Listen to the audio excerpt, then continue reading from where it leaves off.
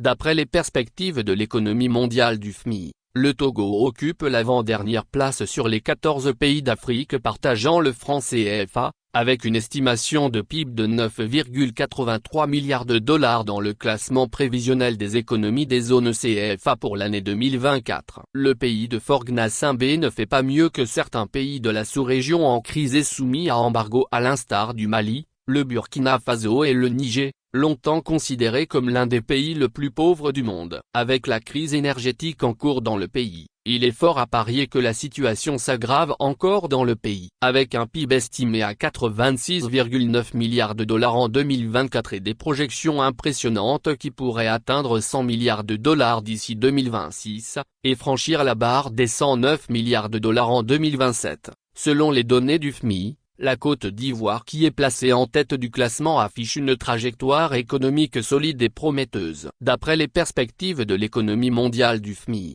le Togo occupe l'avant-dernière place sur les 14 pays d'Afrique partageant le franc CFA, avec une estimation de PIB de 9,83 milliards de dollars dans le classement prévisionnel des économies des zones CFA pour l'année 2024. Le classement de la zone CFA en 2024, le Cameroun seconde la Côte d'Ivoire avec un PIB de 53,2 milliards de dollars, tandis que le Sénégal se positionne en troisième place avec 35,45 milliards de dollars. Ces données mettent en lumière la diversité économique au sein de la zone CFA et soulignent les économies les plus robustes de la région. Parmi les autres pays notables dans ce classement, on retrouve le Burkina Faso, le Mali et le Bénin, tous dépassant la barre des 20 milliards de dollars de PIB. Ces économies en progression reflètent les efforts constants déployés pour favoriser la croissance et le développement dans la région. Cependant, ce classement révèle des disparités importantes, avec des pays comme la République centrafricaine, avant-dernière,